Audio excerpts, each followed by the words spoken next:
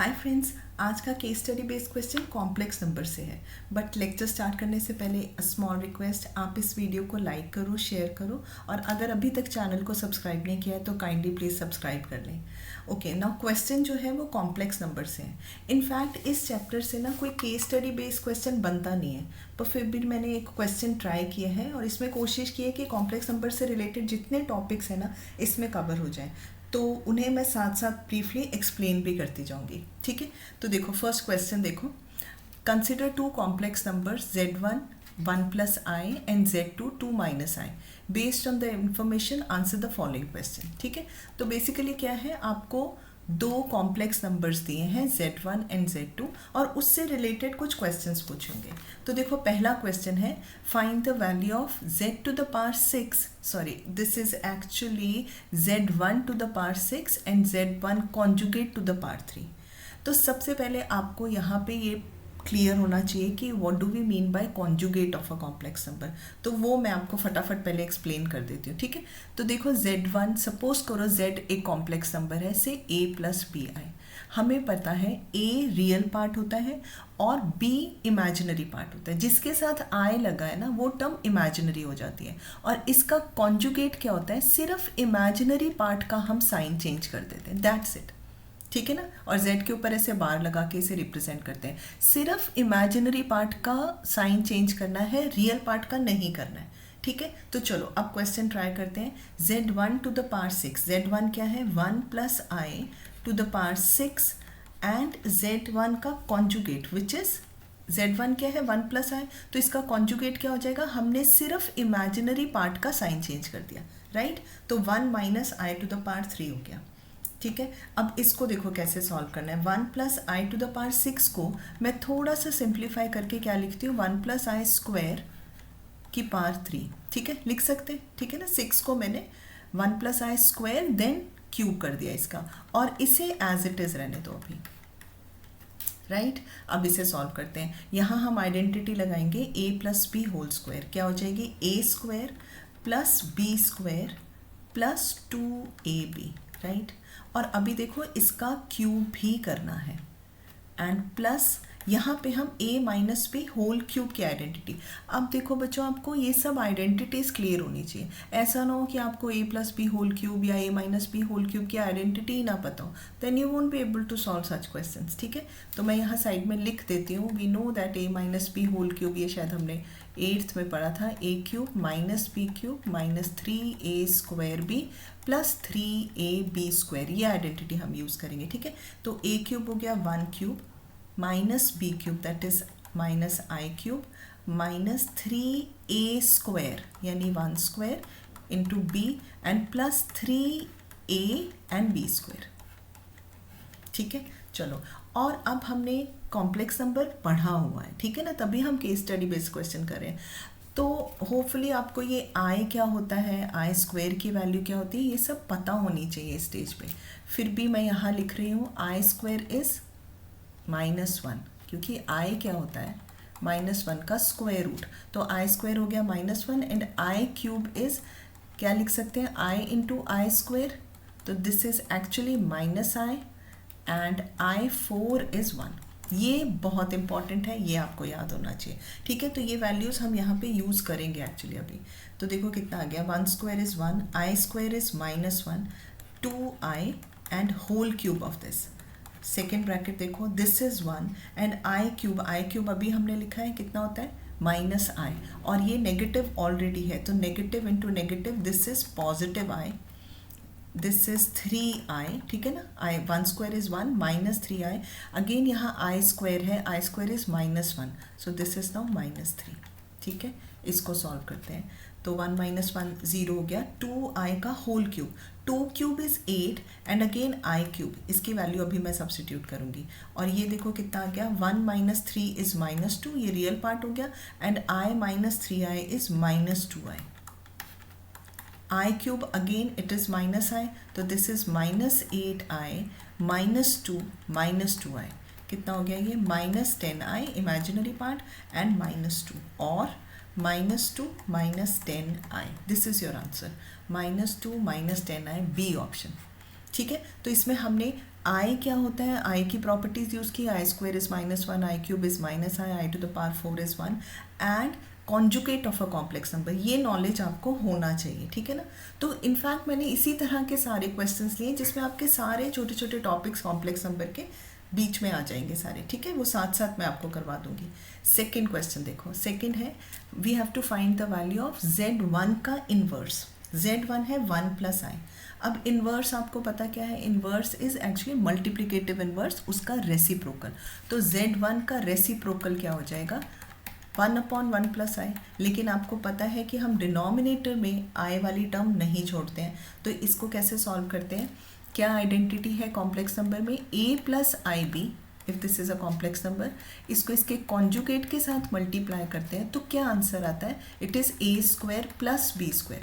तो बेसिकली वही आइडेंटिटी है, x + y × x - y is x² - y², लेकिन यहाँ पे -i² भी आता है एंड i² इज -1, तो ये आ जाता है आंसर, ठीक है। In fact z which is any complex number, उसको अगर हम उसके कॉन्जुगेट के साथ मल्टीप्लाई करते हैं तो जो आंसर मिलता है वो हमें रियल मिलता है। देखो आई नहीं रहा, अगर टर्म के साथ आई आ रहा है इसका मतलब वो इमेजिनरी टर्म है, यहाँ नहीं आ रहा है ना, तो it is purely a real number. तो 1/1 + i है, तो डिनोमिनेटर को रियल बनाने के लिए हमेशा हम उसके कॉन्जुगेट के साथ मल्टीप्लाई करते हैं। तो डिनोमिनेटर को किया तो ऑब्वियसली न्यूमरेटर को भी करेंगे, तो ये कितना आ गया 1 - i, और डिनोमिनेटर में हमने ये वाली आइडेंटिटी यूज़ की कॉम्प्लेक्स नंबर्स की। क्या है identity, a² is 1² + b² which is again 1। तो ध्यान रखो b क्या है, b i का कोफिशिएंट है विच इज़ 1, ठीक है ना, i² नहीं करना है यहाँ पे, i का जो कोफिशिएंट है दैट इज b। तो this is now 1 - i, 1 + 1 is 2, और this is actually 1/2 - i/2। In fact मैंने यहाँ ऑप्शंस गलत लिखे हैं, मैंने ये एक्चुअली इस तरह से ऑप्शंस है 1/2, दिस इज लाइक दिस। तो अब देखो कौन सा आंसर मैच कर रहा है, 1/2 - i/2, this is our answer, ठीक है। तो इसमें हमने क्या कंसेप्ट यूज़ किया, inverse of a complex number, ठीक है। बेसिकली मैं आपको इसका फॉर्मूला भी बता देती हूँ, z इन्वर्स क्या होता है एक्चुअल में, z का कॉन्जुगेट, ये देखो 1 + i था ना, न्यूमरेटर में क्या आया उसका conjugate, divided by mod of z का स्क्वायर। अब मॉड ऑफ z भी मैं आपको बता ही देती हूँ क्योंकि ये बीच में आ गया टॉपिक। तो if z is a complex number a + ib, then its mod is equal to a² + b² का अंडर रूट, ठीक है। इसमें क्योंकि ज़रूरत नहीं थी एक्चुअल में, मैंने आपको ये फॉर्मूला बताया है और उसमें z मॉड वैल्यू आ रही है, इसलिए मैंने आपको ये फॉर्मूला भी बता दिया साथ में कि what is z mod actually. फिर नेक्स्ट देखो क्वेश्चन क्या है, we have to find conjugate of z2/z1, conjugate of z2/z1। z2 दिया हुआ है और z1 की वैल्यू दिया है, तो ये निकाल लेते हैं, this is 2 - i z2 upon z1 is 1 + i, ठीक है। इसका हमें क्या निकालना है, कॉन्जुगेट। तो पहले तो मैं इसे सिंप्लीफाई कर लेती हूँ, कैसे, डिनोमिनेटर को रियल बना के। कैसे बनाएंगे, इसके कॉन्जुगेट से न्यूमरेटर और डिनोमिनेटर को मल्टीप्लाई करते हैं। डिनोमिनेटर में अगेन वही फॉर्मूला यूज़ होगा अभी लास्ट क्वेश्चन में जो हुआ है, a² + b², ये आ जाएगा। और न्यूमरेटर में simply we have to multiply 2 - i and 1 - i, तो कितना आ जाएगा, 2 × 1 is 2, 2 × -i is -2i, -i × 1 is -i, and negative positive i², right. तो देखो कितना हो गया 2, ये -2i -i is -3i and i² again is -1/2। तो this is what, 2 - 1 is 1, -3i/2। अब ध्यान रखो क्वेश्चन क्या है, z2/z1 नहीं फाइंड करना, हमें z2/z1 का कॉन्जुगेट फाइंड करना है।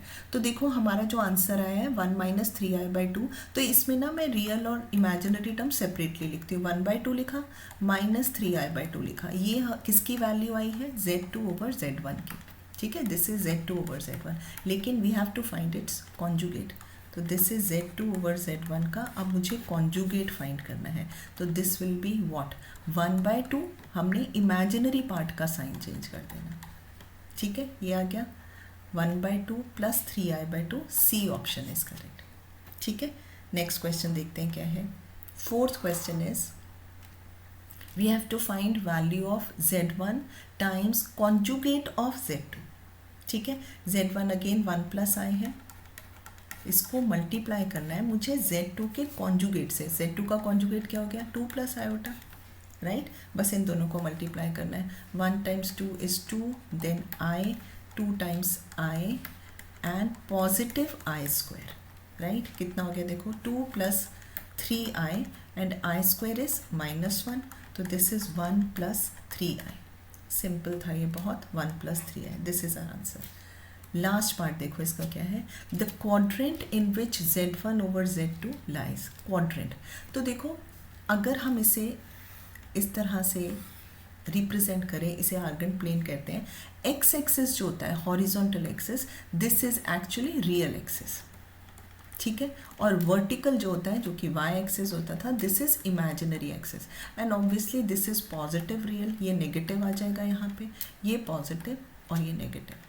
तो सेम जैसे हमने कार्टेशियन प्लेन में किसी भी पॉइंट को प्लॉट करते थे, तो आर्गन प्लेन में भी इसी तरह करते हैं कि अगर रियल पार्ट और इमेजिनरी पार्ट दोनों पॉजिटिव हैं तो it will lie in first quadrant, real part negative, imaginary part positive तो वो सेकेंड क्वाड्रेंट में, दोनों नेगेटिव तो थर्ड क्वाड्रेंट में, real part positive and imaginary negative ये फोर्थ क्वाड्रेंट में आता है। ठीक है, तो पहले z1 अपॉन z2 की हम प्रॉपर वैल्यू निकाल लेते हैं और उसे a प्लस IB के फॉर्म में लिखते हैं, फिर देखते हैं कि वो कौन से क्वाड्रेंट में लाया करता है। ठीक है, तो z1 is 1 plus I, z2 is 2 minus I. Again हम डिनोमिनेटर को रियल बनाएंगे, कैसे, इसके कॉन्जुगेट के साथ न्यूमरेटर और डिनोमिनेटर को मल्टीप्लाई करके। Denominator again we are using a minus B into A plus B, in fact a minus IB times a plus ib which is a square plus b square, denominator आ गया। और numerator में simple multiplication है, 2 plus i, then i into 2 is 2i and i into i is i square, right।